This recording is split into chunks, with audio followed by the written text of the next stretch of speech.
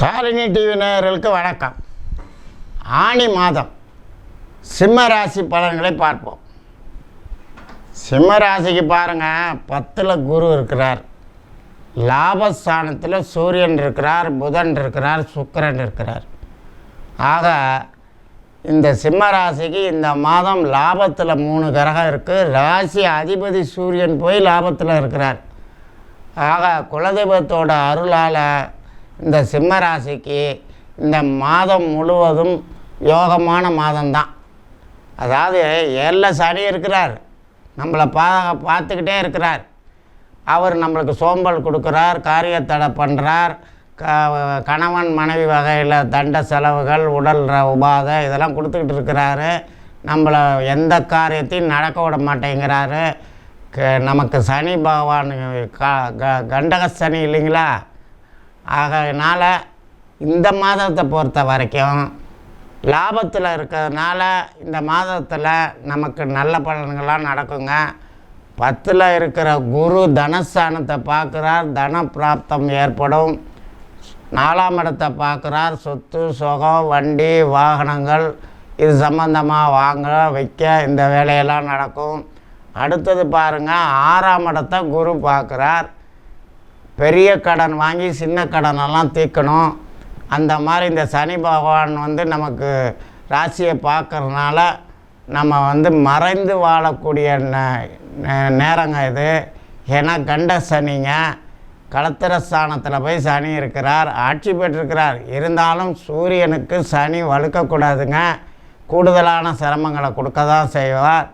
நண்பர்களால் சமுதாயத்தால் நமக்கு சங்கடங்கள் தான். நமக்கு இந்த மாதத்தை பொறுத்த வரைக்கும் நல்ல மாதம். இந்த மாதத்தில் கடன் கேட்ட இடத்துல கிடைக்கும். பெரிய கடனை வாங்கி சின்ன கடனெல்லாம் தீர்த்து நிம்மதி இருந்துக்கலாங்க. இந்த 10ல் இருக்கிற குரு அந்த வேலையெல்லாம் செய்வார். போதாக்குறைக்கு 8ல் வேறு ராகு இருக்கிறாரு. தண்ட செலவுகள் நிறையா இருக்க தாங்க செய்யும். ஏன்னா தனஸ்தானத்தை பார்க்குறாரு. ஆகையினால் தண்ட செலவு, வம்பு வழக்கு, பிரச்சனை இது மாதிரிலாம் இந்த 8ல் இருக்கிற ராகு நமக்கு கொடுக்க தான் செய்வார். 2வது இந்த குருவையும் பார்க்குறாருங்க. அவருக்கு கொடுக்குற புத்திர வகையிலையும் நமக்கு சங்கடத்தை கொடுப்பார். அடுத்தது பாருங்கள், தேவையில்லாத தைரியத்தை கொடுத்து நம்மளை சங்கடப்படுத்தி வச்சிருவார் அந்த ராகு. ஆகையினால் நமக்கு இந்த மாதம் ஒரு நல்ல மாதங்க. 10ல் இருக்கிற குரு காடு மலை வனாந்திரம்னு இப்படி பிரயாணம் பண்ண வைப்பாருங்க. ஏதாவது உறவு தூரத்து உறவில் ஏதாவது துக்கத்துலேயும் கலந்துக்க வைப்பார். ஏன்னா 10ல் குரு கர்மஸ்தானம் இல்லைங்களா? ஆகையினால் நமக்கு இந்த மாதத்தில் ராசி அதிபதி போய் லாபத்தில் இருக்கிறார். அப்போ எண்ணங்கள் செயல்கள் எல்லாம் ஆதாயம் கொடுக்கக்கூடிய மாதம் இந்த மாதம். அடுத்தபடியாக பாருங்கள், 15/6 காரியத்தடை சங்கடம் தாமதம். 16/6 டென்ஷன், ரொம்ப கோபம் வருங்க. சூதகமாக நடந்துக்கங்க, தெய்வ சிந்தனையோடு இருங்க. 17/6 புகழ் கௌரவம் ஓங்கும்.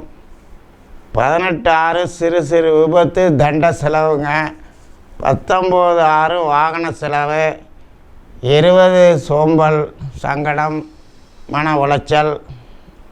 21 புத்திர வகையில் கவலை. 22 சூடான பேச்சு வரும், நாவடக்கம் தேவை, அலர்ஜி உபாதையும் நடக்கும். 23 புத்திர வகையில் கவலை. 24 அதிகமாக டென்ஷன் நடக்குங்க. 25 வரவு மகிழ்ச்சி சந்தோஷம். 26 27 வீண் பிரயாணம் வெட்டி அலைச்சல். 28 காரிய தடங்கள்.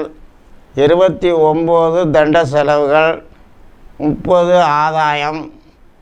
1/7 கண் உபாதை டென்ஷன், உஷாராக இருந்துக்கங்க.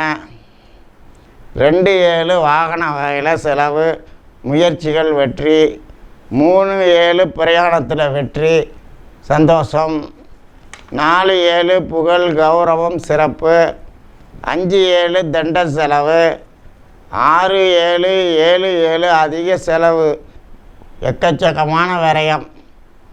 8-7 டென்ஷன், 9-7 விரயம் செலவு, இது மாதிரி தான் நடக்குங்க.